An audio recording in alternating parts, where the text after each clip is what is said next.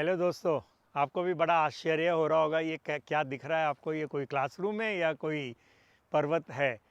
तो ये आज दोनों का मिलन होने वाला है। आपकी क्लास आज प्रकृति की गोद से ली जाएगी और हम शुरू करने जा रहे हैं 3 डायमेंशनल कोऑर्डिनेट ज्योमेट्री का एपिसोड नंबर 15, जिसके अंदर हम करेंगे प्रैक्टिस पेपर 3। तो अब हम शुरू कर रहे हैं क्वेश्चन नंबर 6 प्रैक्टिस पेपर 3 का कोऑर्डिनेट ज्योमेट्री स्ट्रेट लाइंस। ये क्वेश्चन नंबर 6 है ना, ये बहुत ही बड़ा क्वेश्चन है और इसके सारे पार्ट्स तो बोर्ड एग्ज़ाम में नहीं आएंगे, क्योंकि ये फिर कम से कम 15 मिनट इस क्वेश्चन को सॉल्व करने में लगते हैं। तो इसके कुछ हिस्से आएंगे, लेकिन हम सारे हिस्से एक साथ करेंगे, जिससे एक ही क्वेश्चन में हमारे सारे कॉन्सेप्ट्स क्लियर हो जाएं। तो ये मैं आपको शुरू कर रहा हूँ क्वेश्चन नंबर 6। जल्दी मैं एक बड़ा ब्लैक बोर्ड लेता हूँ आउटडोर के लिए। आपके पास 2 स्क्यू लाइंस हैं। तो आपको मालूम है ना स्क्यू लाइंस क्या होती हैं? स्क्यू लाइंस होती हैं नॉन कोप्लेनर लाइंस, जो ना इंटरसेक्ट करती हैं ना पैरेलल होती हैं, और वो स्क्यू लाइंस कहलाई जाती हैं। वो नॉन कोप्लेनर लाइंस होती हैं। अगर लाइंस कोप्लेनर हैं तो फिर या तो वो पैरेलल होंगी या तो वो इंटरसेक्टिंग होंगी। तो ये देखने में इंटरसेक्टिंग है, लेकिन आप इसको इमेजिन करिए कि ये नॉन इंटरसेक्टिंग लाइंस है। अब दोनों लाइनों की हमें इक्वेशन दी है। एक की दी है x-3/1 y-5/-2 z-7/1, और दूसरी लाइन है x+1/7 y+1/-6 एंड z+1/1। अब ये क्वेश्चन मैंने लिख लिया है। अब इसमें हमें सब कुछ करना है। एक ही क्वेश्चन में हम सारी चीज़ें इसके अंदर इंक्लूड करेंगे। तो ये 2 स्क्यू लाइंस दी हैं, हम निकालेंगे इनके बीच का शॉर्टेस्ट डिस्टेंस। बोर्ड एग्जाम में ना आपसे ये भी पूछते हैं, define the line of shortest distance. तो लाइन ऑफ शॉर्टेस्ट डिस्टेंस क्या होती है? It is a unique line which is perpendicular to both the lines at the same time. ऐसी लाइन जो दोनों स्क्यू लाइंस पे एक साथ 90 डिग्रीज बनाती हैं, और ऐसी एक ही लाइन होती है, और इस लाइन को लाइन ऑफ शॉर्टेस्ट डिस्टेंस बोलते हैं। और ये जो इंटरसेप्ट बना है ए बी, इसको बोलते हैं shortest distance between the skew lines. तो हमें ए बी निकालना है, उसके लिए डायरेक्ट फॉर्मूला है, लेकिन अब हम फॉर्मूला नहीं यूज़ करेंगे। हमें ए के कोऑर्डिनेट्स भी निकालने हैं, बी के कोऑर्डिनेट्स भी निकालने हैं।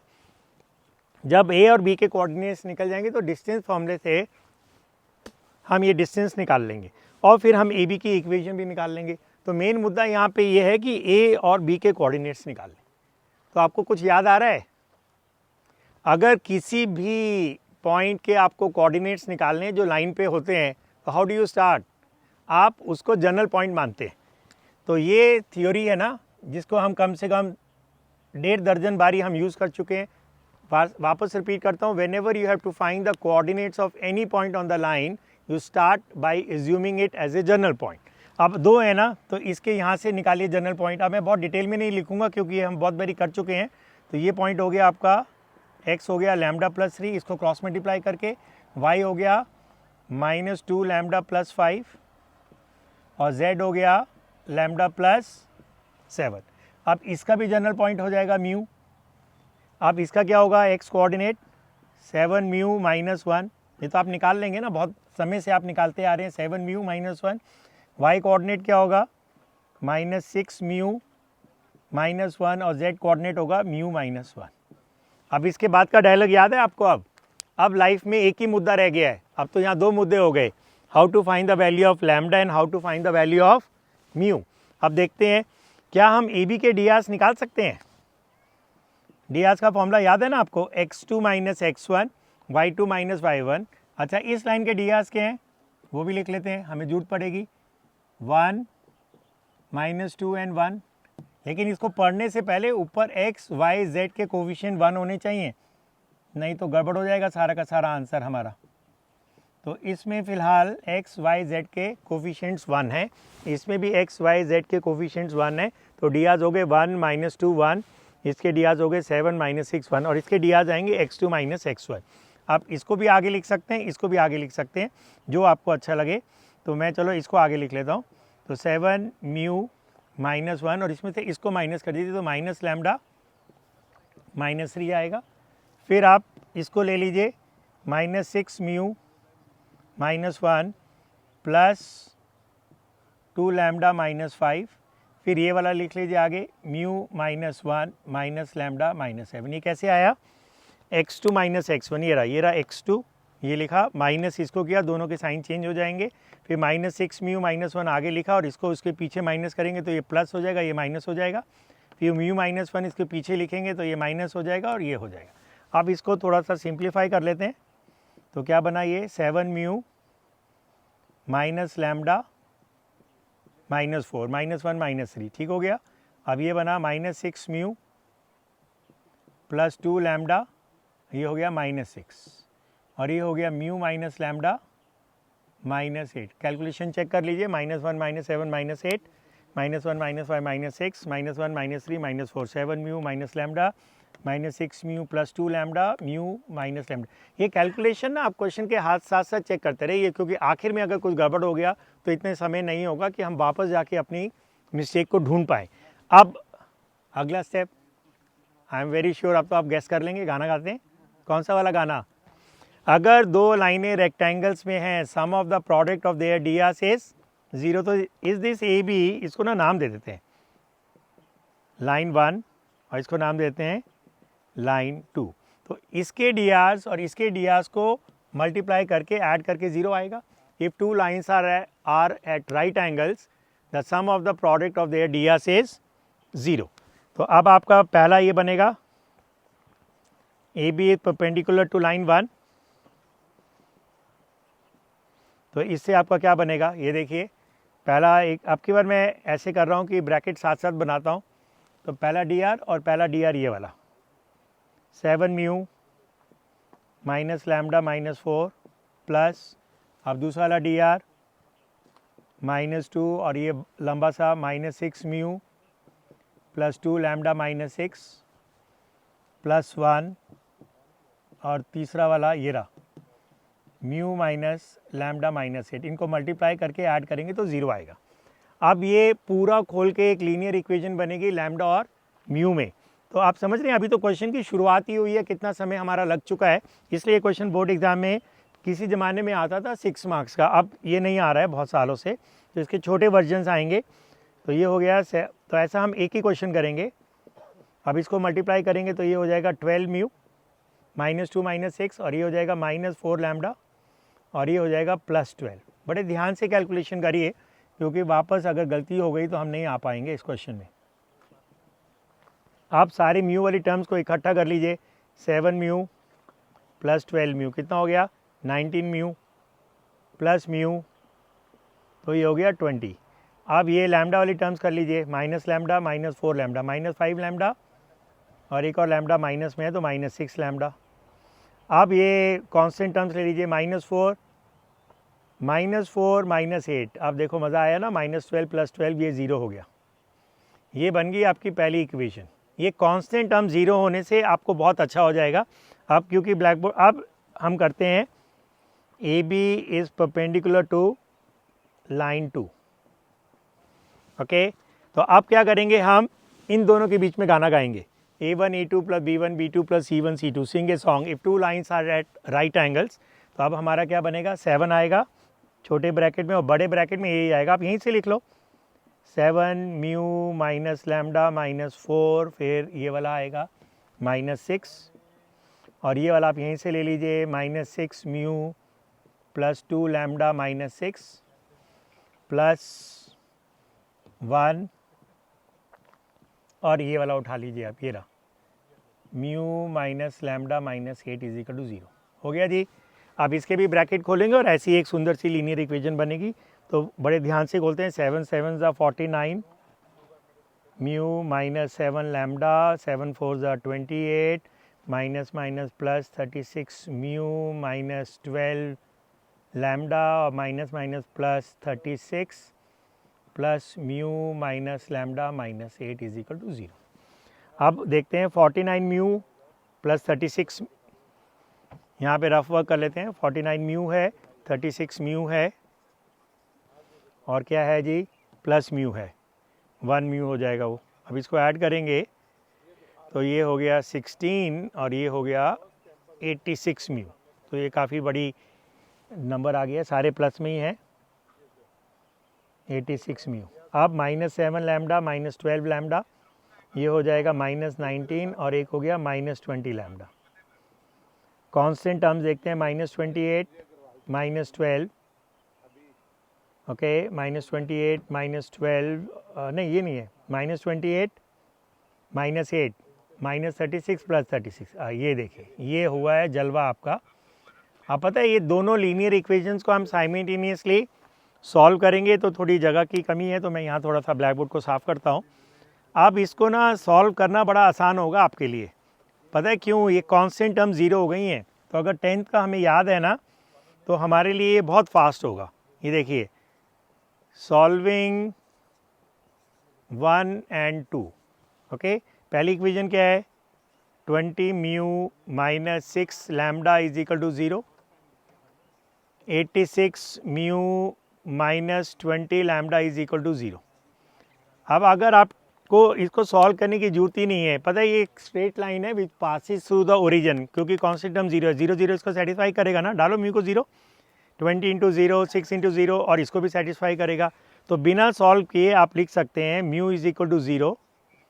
तो यहाँ पे प्रेजेंस ऑफ माइंड है, नहीं तो आप पता लगे इसको सॉल्व करने में भी 1-2 मिनट लगा देंगे। तो ये दोनों लीनियर इक्वेशन ओरिजिन से पास करती हैं, इनको होमोजीनियस लीनियर इक्वेशन बोलते थे और इनका पॉइंट ऑफ इंटरसेक्शन ओरिजिन होता है 0 0।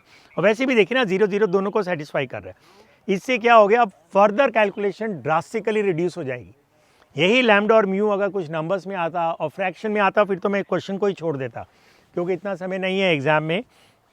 तो जैसा मैं आपको बोलता आ रहा हूँ, आप इसको पॉज करके लिख सकते हैं या इसको समझ के दोबारा से कर सकते हैं।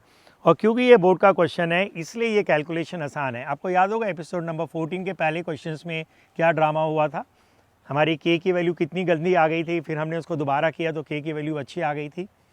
तो बोर्ड एग्जाम्स में जब क्वेश्चंस होते हैं ना, उसमें क्वेश्चन बड़ा हो सकता है, कॉन्सेप्ट स्ट्रॉन्ग हो सकता है, लेकिन कैलकुलेशंस 99% आपकी आसान रखी जाती है।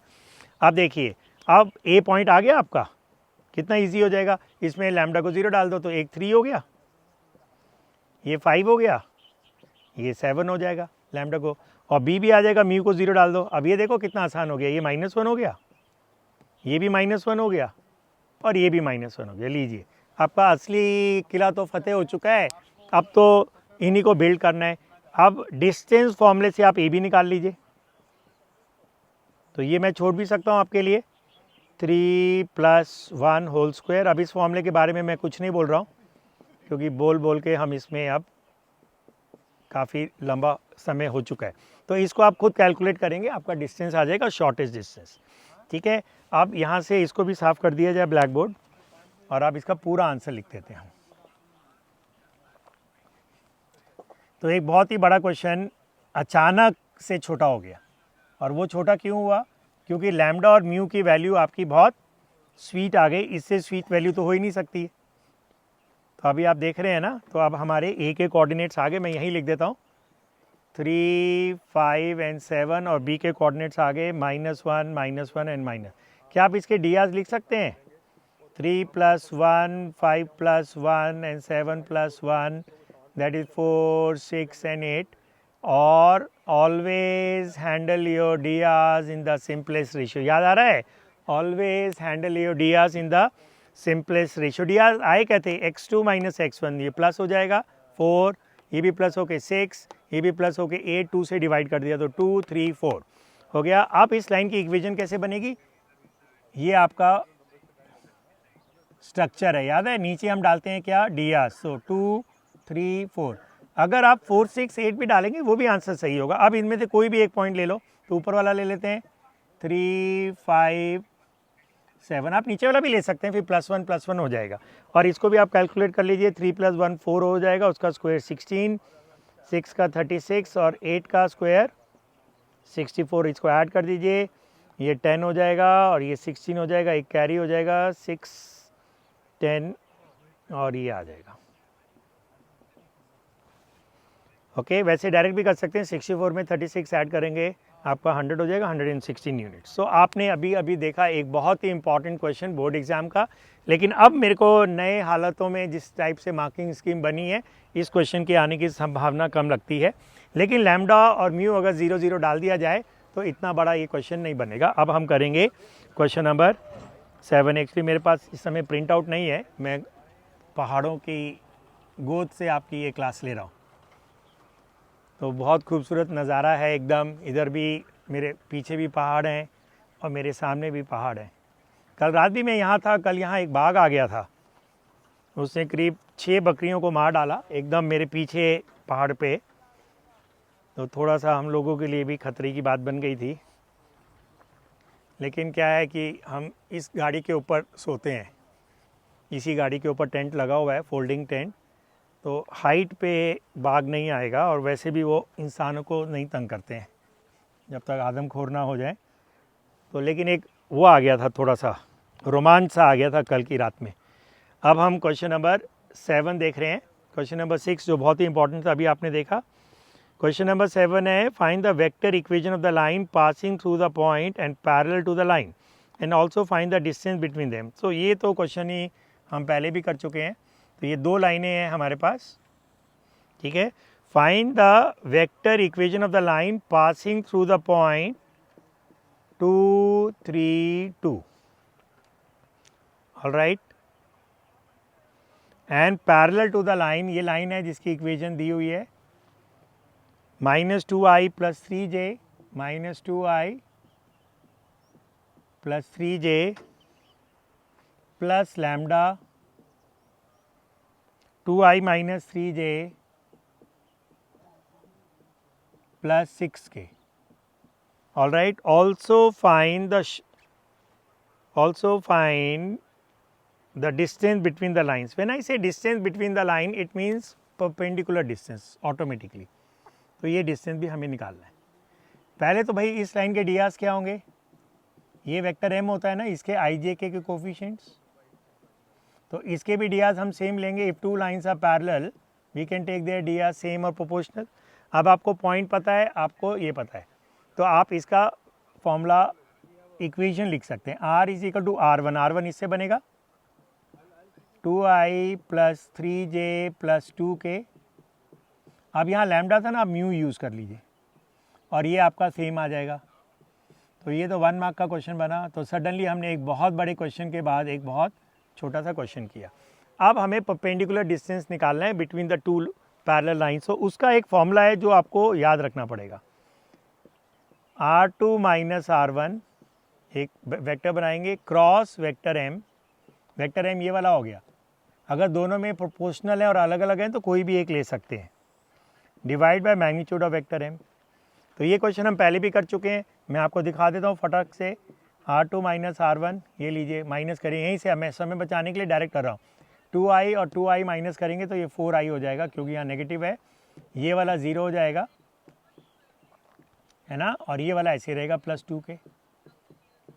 अब r2 - r1 क्रॉस m कैसे निकलेगा, डिटर्मिनेंट बना के। वेक्टर्स की नॉलेज है ना, 3D तो हम बिना वेक्टर्स के कर ही नहीं सकते हैं। अब r2 - r1 के कोफिशिएंट्स होंगे 4 0 2 और m के होंगे 2 -3 एंड 6। इसको आप एक्सपैंड करके इसका मैग्नीट्यूड निकाल लेंगे।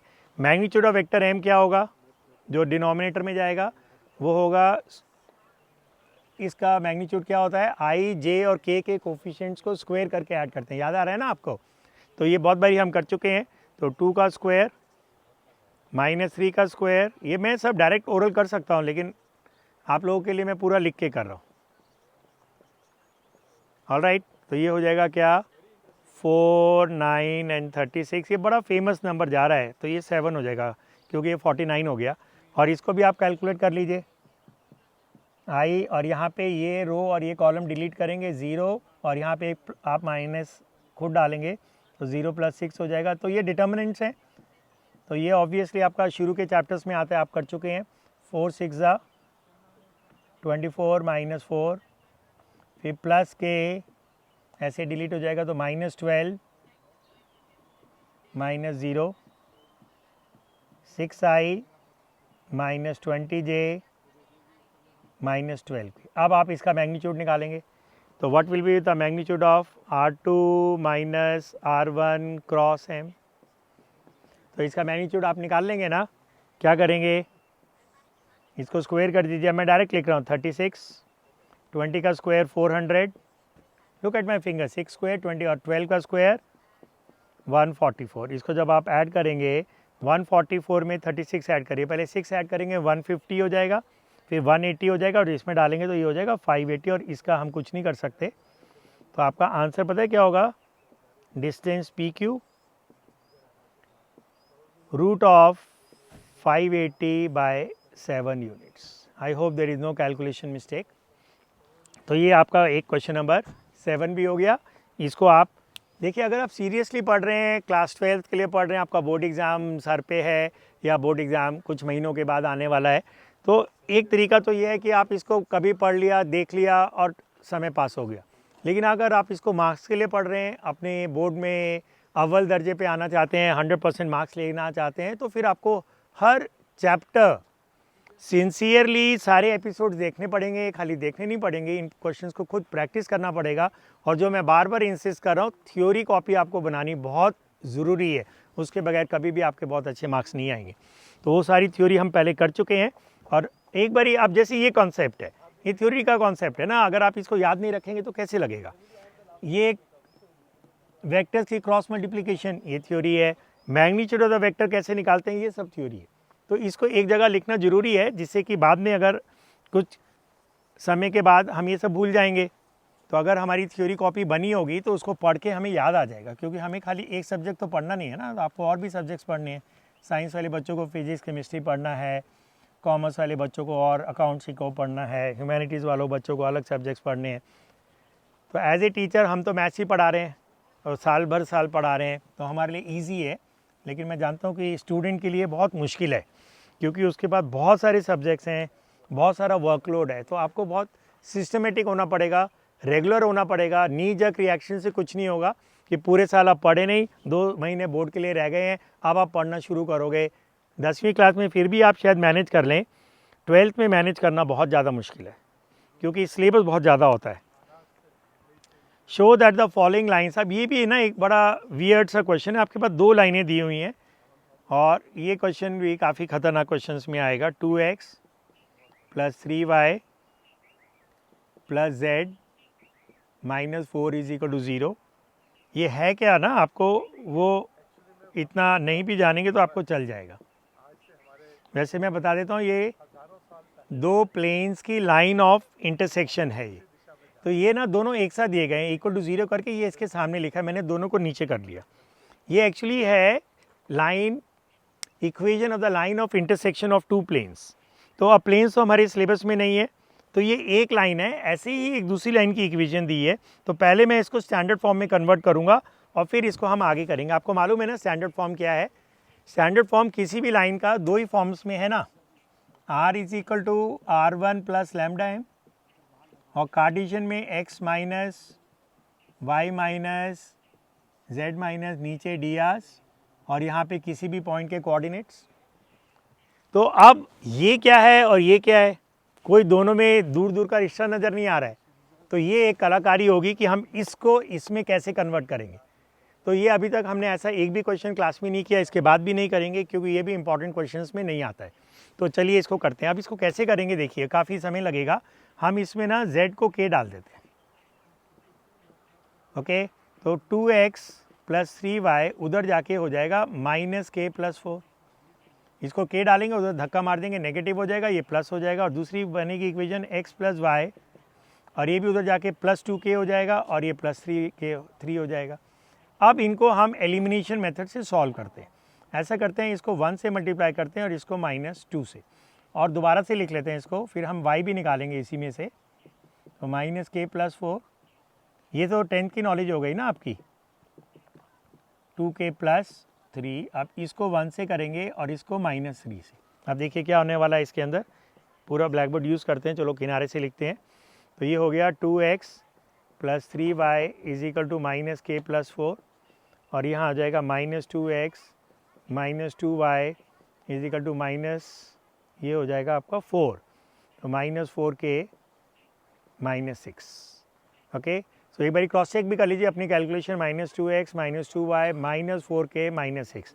अब जब आप इसको ऐड करेंगे, ये तो कट गया, यहाँ आ गया y, यहाँ आ गया -5k, और ये आ गया -2। ऑलराइट, अब इससे आप k निकालेंगे, तो पता है क्या होगा आपका, इससे y प्लस 2 हो जाएगा -5 के, और y प्लस 2 अपॉन -5 हो जाएगा आपका k। अब आइए यहाँ पे क्या होने वाला है, ऊपर वाली इक्वेशन तो एज इट इज़ आएगी। तो ये बेसिकली एलिमिनेशन मेथड है, आपको कोई और मेथड से भी करना है तो आप कर सकते हैं। तो ये हो जाएगा -6 के और ये हो जाएगा -9। अब जब आप इसको ऐड करेंगे तो ये कट जाएगा, यहाँ आ जाएगा -x, यहाँ कितना हो जाएगा -7 के और ये हो जाएगा -5। ठीक हो गया। अब इस पूरी इक्वेशन को माइनस से मल्टीप्लाई कर देते हैं तो x कितना हो जाएगा 7k + 5। अब यहाँ से x - 5 हो जाएगा आपका 7k, तो k कितना हो गया आपका, ये हो गया। अब इन तीनों k को इक्वेट कर दीजिए। कौन सा k है, एक ये रहा, एक ये रहा और एक ये रहा। तो मैं यहाँ लिख दूँ देयरफॉर, तो पहला k क्या है x - 5/7, दूसरा k क्या है y + 2/-5 और तीसरा k है z। ऊपर से एक हेलीकॉप्टर जा रहा है अभी यहाँ से। तो तीसरा k क्या है z, तो z लिख दीजिए यहाँ। उसको आप z को z - 0/1 भी तो लिख सकते हैं। देखा जादू आपने, क्या जादू था। तो ये दो इक्वेशंस को हमने एक प्रोसीजर से ऐसे कन्वर्ट कर दिया। अब ये जो प्रोसीजर है ना, ये थ्योरेटिकल इनपुट हो गया। तो अगर ये आपको नहीं याद रहेगा एग्जाम में कैसे करना है तो फिर आप फंस जाएंगे ना। तो हर टाइप का कम से कम एक क्वेश्चन तो हमें प्रैक्टिस करना है। इसकी थ्योरी मैंने नहीं दी है क्योंकि ये क्वेश्चन इंपॉर्टेंट नहीं आता है, तो इसको थ्योरी की कॉपी में ये वाला कॉन्सेप्ट नहीं टच की है। ये एक्चुअली प्लेन्स में जाता है, तो हो सकता है ये अब एग्जाम में भी ना आए, क्योंकि this is a equation of the line of intersection of two planes and the planes has been deleted from the CBSE syllabus.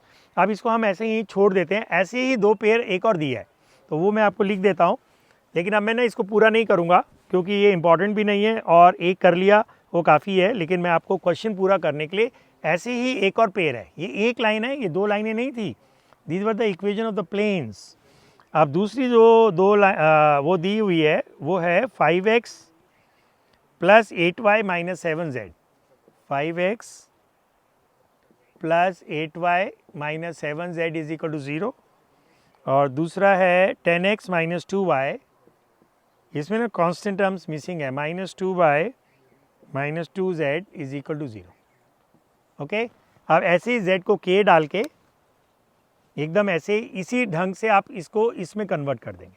जब दोनों लाइनों के DRs आ जाएंगे तो आपको पता है how do you prove two lines are at right angles, वही गाना गा के A1 A2 + B1 B2 + C1 C2 = 0। तो ये क्वेश्चन नंबर 8 को आप खुद करेंगे, और कोई प्रॉब्लम आएगी, आंसर नहीं आएगा तो आप मेरे को कमेंट्स में लिखेंगे, तो मैं आपको ज़रूर रिस्पॉन्ड करने की कोशिश करूँगा। ओके, अब हम करते हैं क्वेश्चन नंबर 9। तो वो भी एक बिल्कुल नए ढंग का क्वेश्चन है। तो हर वैरायटी का क्वेश्चन आपको करना ज़रूरी है, और ख़ासकर जो बोर्ड एग्जाम्स में पहले आ चुके हैं। और NCERT बुक करना बहुत ज़रूरी है। सबसे पहले NCERT, और इसके अंदर मैंने सारे कॉन्सेप्ट्स ले लिए हैं NCERT के क्वेश्चंस के।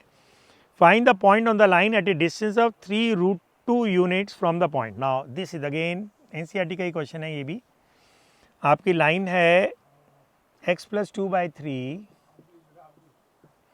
और दूसरी है y + 1/2, y + 1/2 और है z - 3/2। ओके, अब पॉइंट दिया हुआ है 1 2 3। अब ना मेरे को ये डाउट हो रहा है क्या ये पॉइंट लाइन पे है या लाइन के बाहर है। वैसे ये लाइन पे हो या लाइन के बाहर हो, करने का कॉन्सेप्ट सेम रहेगा। अब कैसे आपको पता लगेगा ये पॉइंट इस लाइन पे है, नहीं इन्होंने ऐसा लिखा ही नहीं है क्वेश्चन में। Find the point on the line at A distance of 3√2 from the point 1 2 3। तो आप पता कैसे पता करेंगे ये पॉइंट इस पे है, इस पे डाल दीजिए ना, 1 + 2 3/3 1, 2 यहाँ डाल दीजिए, 2 + 1 3/2। तो ये बराबर नहीं है, तो ये पॉइंट लाइन पे नहीं है। ठीक है, अब हमको एक पॉइंट यहाँ लाइन पे निकालना है, और ये डिस्टेंस कितना दिया हुआ है 3√2 यूनिट्स। तो ऐसे दो पॉइंट्स निकलेंगे। हो गया। अब ये क्वेश्चन आपको आना चाहिए। फाइंड, क्वेश्चन क्या था मैं एक बार फिर से पढ़ देता हूँ इसमें। Find the point on the line at A distance of 3√2 from the point. चलिए क्वेश्चन आपका ये पूरा हो गया। अब इसको हम करते हैं वापस सेम थ्योरी, कम से कम 2 दर्जन बारी हम कर चुके हैं। Whenever you have to find the coordinates of any point on the line, you start by assuming it as a general point. तो बी को आप क्या मानेंगे 3 λ - 2। ये कहाँ से टपका, इधर से देखो, क्रॉस मल्टीप्लाई किया, 3 × λ फिर -2। y कितना होगा 2 λ - 1, और ये कोई नई बात तो है नहीं ना, हम तो करते आ रहे हैं। जो बच्चा आज ये पहली बार देख रहा है उसके लिए सरप्राइज़ हो सकता है, लेकिन मैथ्स में तो फिर आप बीच में घुसने का नहीं है ना, आपको एकदम शुरू से करना है। थ्योरी पहला असाइनमेंट, दूसरा असाइनमेंट, ये तीसरा असाइनमेंट है आखिरी। इससे पहले 2 असाइनमेंट और हो चुके हैं, करीब 40 क्वेश्चन और 8 ये ऑलमोस्ट 48 क्वेश्चंस अभी तक हम कर चुके हैं। अब बोलो नेक्स्ट थ्योरी, बोलिए बोलिए बोलिए। हाँ जी, अब लाइफ में एक ही मुद्दा रह गया है, how to find the value of lambda, और वो हर क्वेश्चन में अलग अलग होता है। यहाँ डिस्टेंस फॉर्मूले से आएगा। So what is A B, ये देखिए 3 lambda minus 2 minus 1 whole square, 2 lambda minus 1 minus 2 whole square, 2 lambda plus 3 minus 3 whole square, है ना। x2 minus x1 whole square plus y2 minus y1 whole square plus z2 minus z, और ये आपको क्या दिया हुआ है 3√2। ठीक हो गया। अब ये क्या बनेगा, यहाँ पे कैलकुलेशन ये लंबी हो गई है। 3 लैम्डा माइनस 3, मैं उम्मीद कर रहा था कि ये कांस्टेंट टर्म्स कैंसिल हो जाती, लेकिन अनफॉर्चुनेटली नहीं हो रही हैं। 2 लैम्डा माइनस 3 होल स्क्वायर, ये कटी है बस लास्ट में, ये सारी कटती तो ये थोड़ा अच्छा होता। अब इसको आप फिर से सारे ब्रैकेट्स खोलने पड़ेंगे। क्वेश्चन बहुत अच्छा है, एनसीईआरटी का है, लेकिन कैलकुलेशन लंबी हो गई है। अब देखिए, आई होप कि मेरी कोई गलती ना हो। मैं ऐसा करूं क्या, एक बार ही क्रॉस चेक कर लें क्वेश्चन। ये मैं आपको बार बार बोलता हूं कि ये बहुत ज़रूरी है। एक्चुअली ये ना क्लास प्लान नहीं थी, नहीं तो मैं अपने साथ असाइनमेंट लेके आता। तो ये सडनली आइडिया आया कि चलो क्यों ना एक वादियों की गोद से एक क्लास ली जाए। y प्लस 1/2 z माइनस 3/2, तो क्वेश्चन तो ठीक कॉपी किया है और पॉइंट भी दिया हुआ है 1 2 3। ऑल राइट, तो फिर से देख लेते हैं। 3 lambda minus 2, 2 lambda minus 1, 2 lambda plus 3, 3 lambda minus 2 minus 1, फिर 2 लैम्डा माइनस 1 माइनस 2, एंड ये बिल्कुल ठीक है। अब इसका पहली टर्म का स्क्वायर होगा a square plus b square minus 2ab, 3 3 9, 18 lambda हो जाएगा। ये फॉर्मूला सबको आता है ना, a minus B whole square का, a square plus b square minus 2ab, इसका स्क्वायर दोनों को मल्टीप्लाई किया 2ab। ओके, अब इसका क्या होएगा 4 lambda square a square plus b square minus 2ab 2 to 4, ये हो जाएगा 12 लैम्डा प्लस 4 लैम्डा स्क्वायर। अब देखते हैं फिर क्या कटता है इसके अंदर।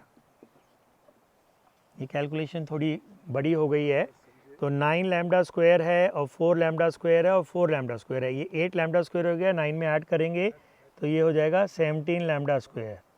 ओके, कुछ भी नहीं कट रहा है हमारा, तो 8 तो ये टर्म ऐड की है मैंने, ये देखिए मैं अंडरलाइन कर रहा हूँ, ये टर्म ऐड की है। 9 13 14 15 16 17, ये अब माइनस 18 लैम्डा और माइनस 12 लैम्डा, तो ये हो जाएगा माइनस 30 लैम्डा। अब दो कांस्टेंट टर्म्स बनी है प्लस 18। ठीक हो गया जी। अब ऊपर का हम ये मिटा देते हैं और यहाँ से आगे क्वेश्चन को कंटिन्यू करते हैं। बी पॉइंट नहीं मिटाऊंगा क्योंकि वो मेरा आंसर है ना, और लैम्डा की 2 वैल्यूज़ आएंगे, 2 आंसर बनेंगे। अब आप दोनों साइड को ना स्क्वेयरिंग कर दीजिए, तो इधर हो जाएगा 3√2 का होल स्क्वायर और उधर से रूट साइन चला जाएगा। 17 lambda square minus 30 lambda plus 18, इसका स्क्वायर होगा 3 का 9, इसका होगा 2, ये हो जाएगा 18। आप देखो ना, अब आया मज़ा, ये है जलवा बोर्ड एग्ज़ाम के लिए ना। ये 18 कटते ही मेरी कैलकुलेशन आसान होगी, तो यहाँ 0 हो जाएगा, कट के 1 नहीं होगा, ये ध्यान रखना। तो ऐसा करते हैं, इसको काटते ही नहीं है, मैंने देखा है बच्चों को काट के यहाँ 1 लिख देते हैं, डिवाइड करते वक्त करते हैं ना, तो इससे अच्छा इसको हम ऐसे लिख लेते हैं 17 लैम्डा स्क्वायर, मत काटो उसको, ऐसे 0 लिख लो, क्योंकि कहीं काट के जल्दी से आपने 1 लिख दिया तो सब गड़बड़ हो। लैम्डा कॉमन ले लीजिए, लेकिन ना दूसरी वैल्यू लैम्डा की ना बहुत गंदी आ रही है यार। तो एक तो अच्छा हो गया, लेकिन दूसरा फंस गया यार। तो मेरे को फिर से डाउट हो रहा है, अगर ये 34 हो जाए या ये 15 हो जाए, क्योंकि ना एक लैम्डा 0 आ जाएगा और इसको सॉल्व करेंगे तो लैम्डा 30/17 आ रहा है। तो एक लैम्डा बहुत खूबसूरत है, दूसरा लैम्डा गड़बड़ है। क्रॉस चेक करते हैं, -2 -3 कॉन्स्टेंट टर्म्स को ही चेक कर लेते हैं, क्योंकि कॉन्स्टेंट टर्म ही नहीं, लैम्डा वाली टर्म हमें दिक्कत कर रही है। तो ये हो गया a square plus b square minus 2ab, 2 3 6, 6 3 18, -2 9 हो गया। इसमें 4 लैम्डा स्क्वायर 9 और ये -2 2 4, 4 3 12 लैम्डा, और इसमें तो लैम्डा वाली टर्म आएगी ही नहीं, तो -18 लैम्डा -12 लैम्डा, तो ये -30 लैम्डा हो गया। ठीक है, कॉन्स्टेंट टर्म भी चेक कर लेते हैं, 9 + 9 18 हो गया, और ये भी कर लेते हैं फिर। 3 का 9 लैम्डा स्क्वायर होगा, इसका 4 लैम्डा स्क्वायर होगा और इसका भी 4 लैम्डा स्क्वायर होगा। 4 और 4 8 होगा, 19 में 8 करेंगे तो 17 लैम्डा स्क्वायर। ये तो ठीक लग रहा है। इसका स्क्वायर 9 2 ज़ा 18, 17 लैम्डा स्क्वायर माइनस 30, तो भाई ठीक है। अब क्या करेंगे, एक लैम्डा अच्छा आ गया, एक लैम्डा ख़राब आ गया है। तो अगर हो सकता है कैलकुलेशन मिस्टेक हो, ये होता है बोर्ड एग्ज़ाम के अंदर ना। एकदम इतनी खुशी हुई थी और पल भर में वो खुशी गायब भी हो गई, क्योंकि एक आंसर ये हो गया। तो एक पॉइंट क्या हो जाएगा आपका, वो तो बहुत खूबसूरत आ गया आपका, -2 -1 एंड 3। कैसे, लैम्डा को 0 डाल दिया इसमें। और दूसरा पॉइंट आपका गंदा सा आएगा, 3 × 30/17 -2, ये एक्स कोऑर्डिनेट हो गया। 2 × 30/17 -1, ये दूसरा कोऑर्डिनेट हो गया। और ये आखिरी वाला कोऑर्डिनेट हो गया। अब इन सब को हमें कैलकुलेट करना पड़ेगा। यहाँ लिख लेते हैं, ये कितना हो जाएगा, 90/17, एलसीएम भी ले लेते हैं, -34। ये हो जाएगा 60 - 17/17, और ये हो जाएगा 60 51/17, 3 7 21, ऐसे करके। अब ये माइनस करेंगे तो यहाँ 6 हो जाएगा, ये 56/17 हो जाएगा। ओके, और ये कितना हो जाएगा आपके, ये 43 हो जाएगा। ठीक है, और ये तो बड़ा हो गया। आई होप ये आंसर करेक्ट है, और कुछ कैलकुलेशन मिस्टेक है तो देखा जाएगा। तो ये आपके क्वेश्चन हो गया। ये कौन सा क्वेश्चन नंबर था, मैं भूल गया, ये मिट गया, कौन सा क्वेश्चन नंबर था, ये क्वेश्चन नंबर 9 था। तो ये क्लास हम यहाँ से फिनिश करते हैं, और फिर एक और एपिसोड इसका रिकॉर्ड करेंगे, और वो भी वादियों से ही रिकॉर्ड करेंगे और आपके सामने आएगा। तो अब हम मिलेंगे अगली क्लास एपिसोड नंबर 16 में, जिसमें कोऑर्डिनेट ज्योमेट्री हमारी क्लास फिनिश हो जाएगी। तो I hope you enjoyed the class from the nature, direct from the Wadia of Dehradun to all the students across the country. Have a nice day. I hope you enjoyed the class.